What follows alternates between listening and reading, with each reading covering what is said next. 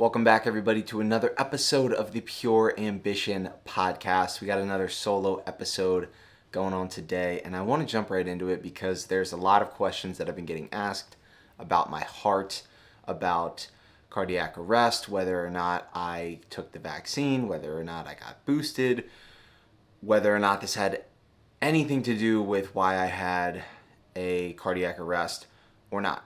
So I haven't shared a ton about what's really, what's been going on, what the doctors have been telling me, what they told me in my follow-up visit a couple weeks ago.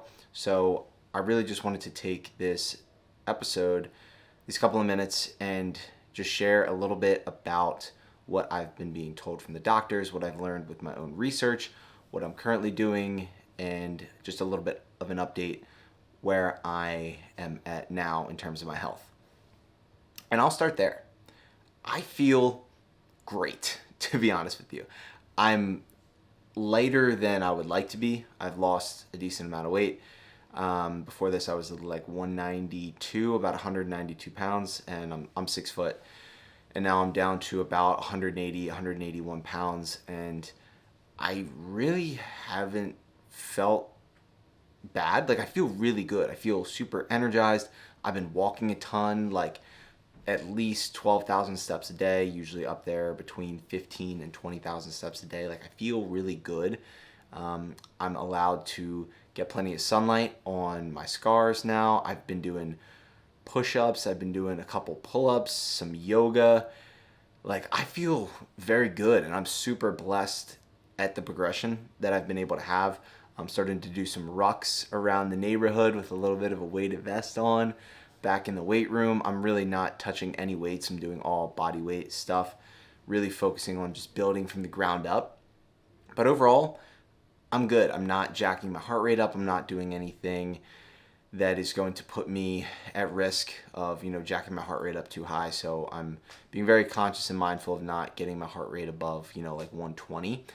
But until I do the stress test in November, where basically they put me on a treadmill and basically going to have me run, sprints, intervals, whatever else, to make sure that, my heart is healthy and that I'm able to go get back to doing what I love and, training hard and whatnot. But right now I've been really focused on just building my body back from the ground up, like I had mentioned. So I don't really, I'm not super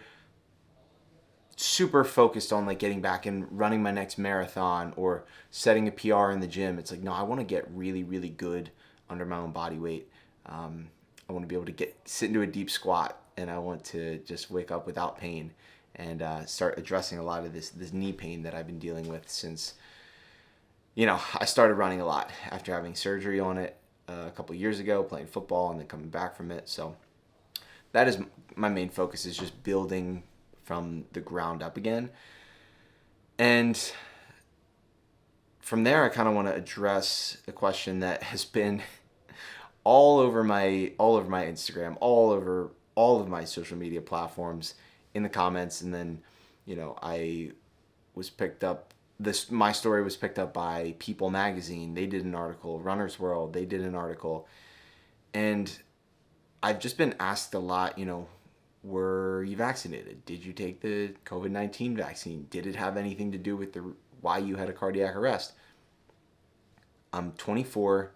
I've never had any heart problems. I've never had any problems. Nobody in my family has a history of having anything like this happen. I like to consider myself a healthy individual. I eat well. I sleep well. I meditate. Pray. I put a lot of emphasis on just my overall health and wellness, not just, physical, but mental, spiritual. Like I said, my diet is very dialed in. I've run multiple marathons, an ultra marathon. I played football for 13 years. I did 2-a-days in the heat of the sun. And I never, and I was not even this dialed in. My nutrition wasn't dialed in back then. I didn't know how to balance electrolytes, and the role that they play in our health and well-being for performance, and again, how diet played a role in that. But there has been a lot of research coming out there that there's a possibility that the COVID-19 vaccine may have something to do with young athletes like myself, like Bronny James, people like Christian Eriksen, who is one of the best soccer players in the world, to a basketball player in Alabama, a high schooler, literally a couple days after it happened to me. He had a similar incident and he unfortunately didn't survive. And so I just want to preface this by saying, like, I'm not a doctor. I don't know, like, whether or not the COVID vaccine had a role in any of those people's, cardiac arrest. People have been dying of cardiac arrest suddenly for, years. It's not like this new thing. I feel like it's just maybe the surge of social media, and like everything just gets amplified, especially when it happens to somebody who has a following, a platform, especially somebody like Bronny James or Christian Eriksen or things like that. So I did get vaccinated. I had the J&J, the Johnson & Johnson, back in 2021, and I didn't have any issues. Like, I never had anything wrong. I never had any blood clots. I never got sick because of it. I was completely fine, and I had been fine up until this happened. And when I woke up in the hospital and I actually started to come to, multiple people were asking me, people who were there with me, like, I think this may have had something to do with it. And I was like, I don't think so. And still, I don't know if the COVID-19 vaccine had anything to do with why this might have happened. I also had COVID. So, that's also a possibility that just having COVID in general could have caused this. I mean, there's research out there from Dr. Peter McCullough and others saying that the vaccine could potentially lead to, cardiac arrest and other heart problems with people, not just young male athletes, but just people in general. So is it a possibility? Sure. Do I want to say that is the reason why this happened to me? No. Am I taking precautionary measures and detoxing from the spike proteins that come from the vaccine? Yes, I am doing that. So again, I don't know if I'll ever find out if this had anything to do with it, but just wanted to get that off my chest. Just say that. So for anybody who was wondering and curious, yes, I did take the vaccine. No, I didn't have any boosters or anything like that. It was just 2021. Literally about 2 years, almost to the day that I had the vaccine, was when I had cardiac arrest. And so that is that. We're gonna move on from there, but happy to have that off my chest. And so when I was in the hospital, they shared that I had an enlarged heart. So they also call this athlete's heart. So it's not like an uncommon thing. There was just some inflammation in there. My ventricles, which are in the heart, were inflamed.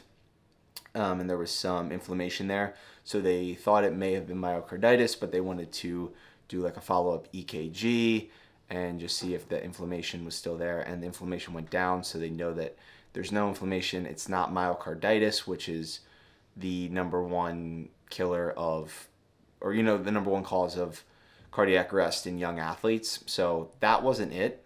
There's no structural damage to the heart, is what my cardiologist told me. So that's all good news.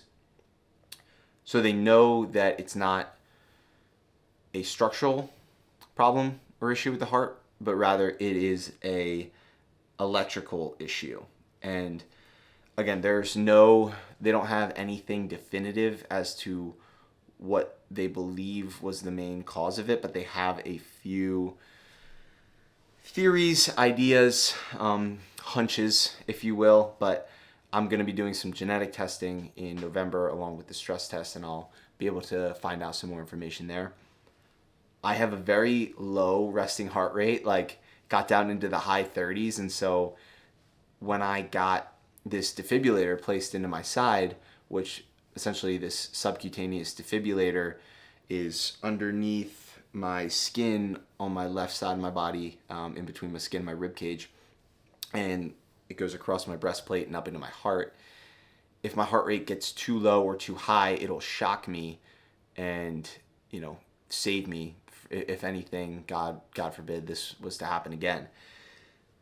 So they believe that because of that slow heart rate, there could be something called long QT syndrome, which again, they have to do some more testing and some more research and whatnot. But basically long QT syndrome is when, if you look on like a graph, it's like, you go, if you're watching this or if you're listening to this, I'm talking with my hands, I'm Italian. On a graph, it's like it goes straight and then boom, boom, like a double little line, and then straight and then like a double little line.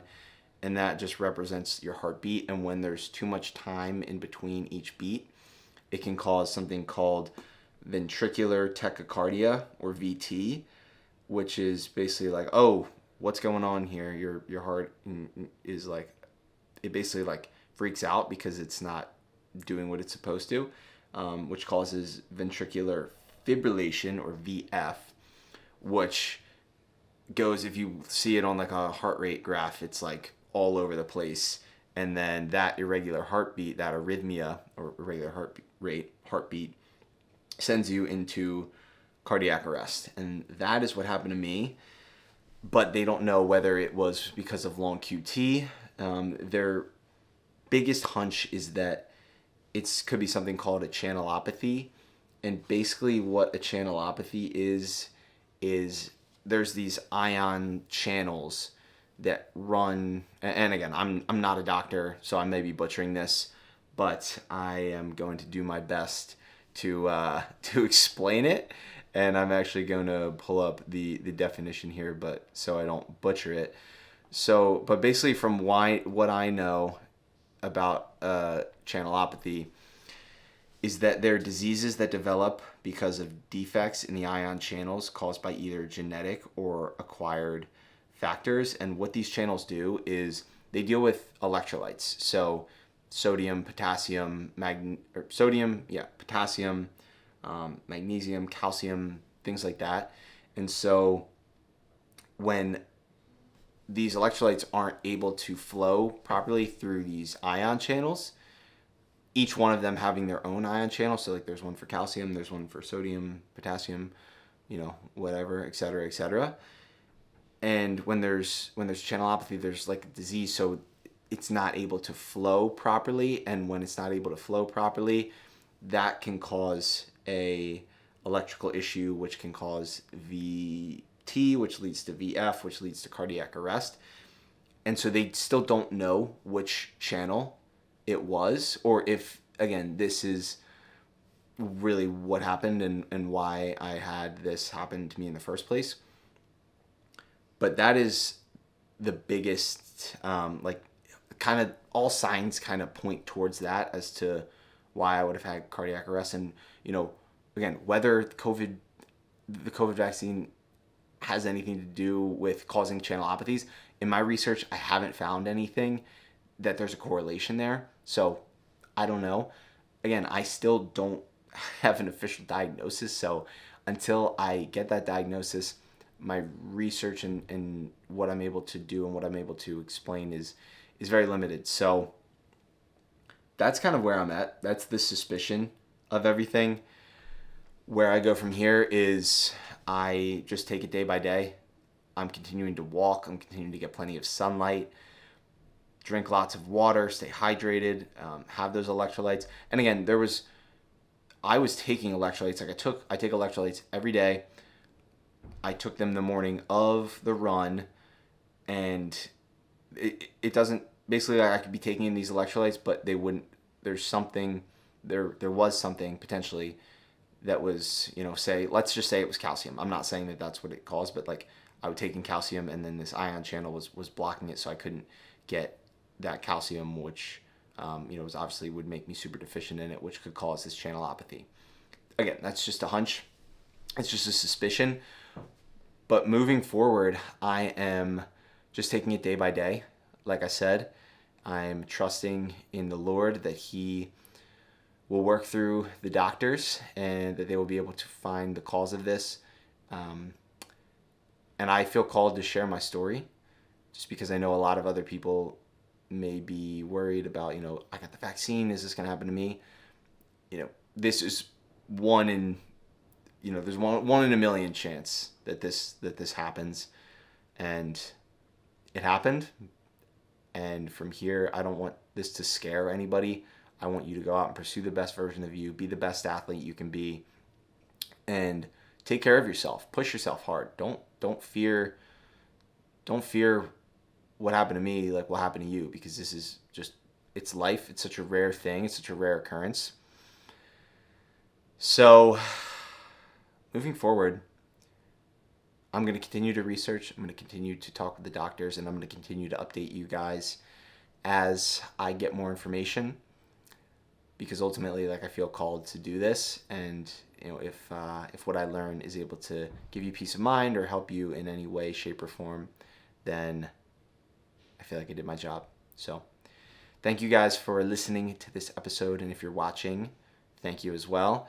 If you are enjoying these episodes, if you find value in my content, please like, subscribe, and share it with a friend so that we can ultimately help more people and reach my goal of inspiring and empowering 100 million people to become the happiest, healthiest, most fulfilled version of themselves. That's why I do this every day. Oh man, I can't accomplish that goal without you guys. I love you all. I appreciate you for tuning in, and I will see you again soon. Peace.